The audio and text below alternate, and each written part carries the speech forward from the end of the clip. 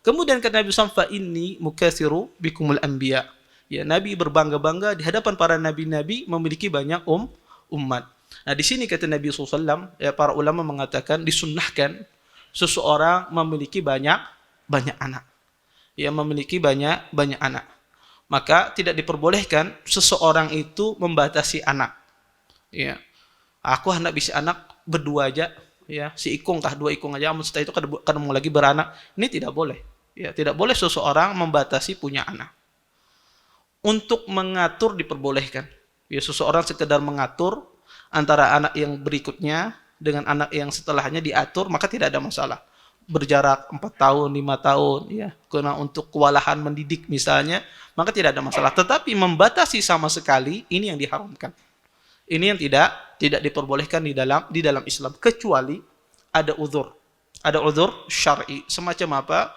Semacam, ya, seseorang tidak mungkin lagi dia melahirkan, ya. Karena ya kalau dia melahirkan bisa membahayakan nyawanya, ya. Karena ada sebagian wanita kadang-kadang bisa terjadi pelengketan di rahimnya dan seterusnya, ya. Kalau dia melahirkan bisa membahayakan, maka kalau ada uzur syar'i maka tidak ada masalah. Tetapi jika seandainya tidak ada uzur syar'i, ya, tidak ada uzur syar'i, aku hendak santai, pangja haru-haru anak aja, ya. Hendak si ikung dua ikung aja biar santai. Ini keliru, ya. Karena wanita ini tugasnya harus disibukkan, Bapak Ibu. Ya, wanita ini harus disibukkan. Itulah tugas wanita. Dia mengurus anaknya, mengurus suaminya. Ya. Makanya Nabi SAW sering sekali, ya, ketika Fatimah radhiyallahu anha, ya, meminta kepada Nabi SAW pembantu. Fatimah minta pembantu, minta carikan pembantu kepada Nabi SAW. Nabi apa yang dikatakan oleh Nabi? Disuruh oleh Nabi apa? Berzikir.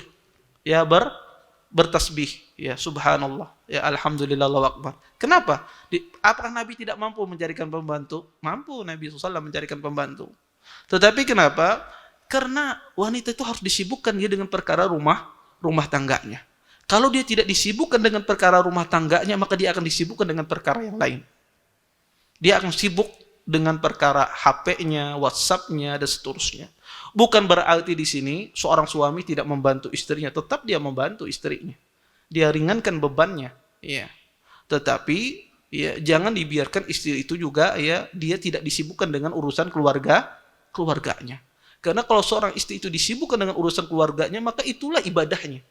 Itulah ibadah seorang wanita. Ya, ibadah seorang istri, dia berkhidmat kepada suaminya. Dia mendidik anaknya, ya, menjadikan anak-anak tersebut menjadi anak yang soleh. Ya. Maka, ya, kata Nabi SAW, ya, saya akan berbangga dengan banyaknya umat. Ya, maka disuruh seseorang memiliki banyak anak, ya, kecuali ada uzur-uzur syar'i, maka ini tidak mengapa, ya, tidak mengapa. Atau seseorang mengatur jarak antara anak yang satu dengan anak berikutnya, maka ini juga tidak mengapa selama dia tidak membatasi, ya, anak-anak tersebut. Dan banyak anak ini, Bapak Ibu, memiliki keutamaan yang luar biasa. Kenapa? Karena, ya, kita masuk surga ini butuh amalan yang ekstra. Ya. Betul, masuk surga itu mendapatkan dengan rahmat Allah. Kita mendapatkan rahmat Allah itu dengan cara apa? Dengan amal soleh. Makanya orang yang banyak anak itu ibaratnya itu orang yang mentransfer pahala ke antum. Ya, Nabi SAW mengatakan anak yang soleh, ya, semua amal ibadahnya, ya, kembali ke kita. Ya. Semua amal ibadahnya kembali ke kita, kan kita yang mendidiknya, kita yang menjadikan dia menjadi orang semacam ini. Maka sholatnya, puasanya, sedekahnya kembali kepada orang tuanya. Bayangkan, kalau anak antum 10 semuanya soleh semua, berapa pahala? Ya, dia sholat, semuanya transfer ke antum. Ya. Maka diuntungkan orang memiliki banyak anak. Maka rugi orang bisa anak cuma satu, ya. Ya. Sebuah kerugian, ya. Karena ketika anak itu menjadi soleh semuanya, maka semua pahala itu mengalir ke kita. Dan seorang membutuhkan pahala. Makanya Nabi SAW mengatakan anak soleh yang mendoakan. Karena yang satu-satunya aset kita yang paling berharga ini cuma anak. Kata para ulama, yang ingat pada si mayit itu, ya, biasanya 3 orang. Ya, tiga orang, ya. Ya. Tetapi 3 ini biasanya, ya, 2-nya biasanya mudah sirna, mudah cepat pergi. Pertama itu adalah orang tua. Biasanya yang meninggal duluan tuh biasanya orang tua kita daripada kita secara fitrah, karena secara usia. Sehingga orang tua itu orang yang paling ikhlas mendoakan anaknya. Ya, maka tidak ada orang yang paling ikhlas ya mendoakan kecuali orang tua kita. Ibu, ayah itu yang paling ikhlas mendoakan anaknya. Ya. Tetapi biasanya orang tua ini mendahului kita karena faktor usia. Yang kedua adalah istri. Ya.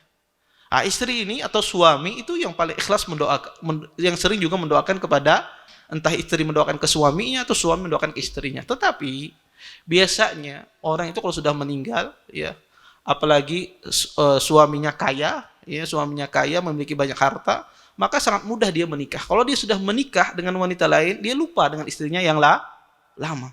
Sebaliknya, seperti itu pula wanita, ya, kalau suaminya meninggal, ya, wanitanya cantik atau memiliki harta, maka akan banyak orang menikahinya, mencari dia. Maka dia akan disibukkan dengan lakinya yang baru. Maka dia akan lupa dengan lakinya yang lama. Yang tersisa apa? Cuma anak.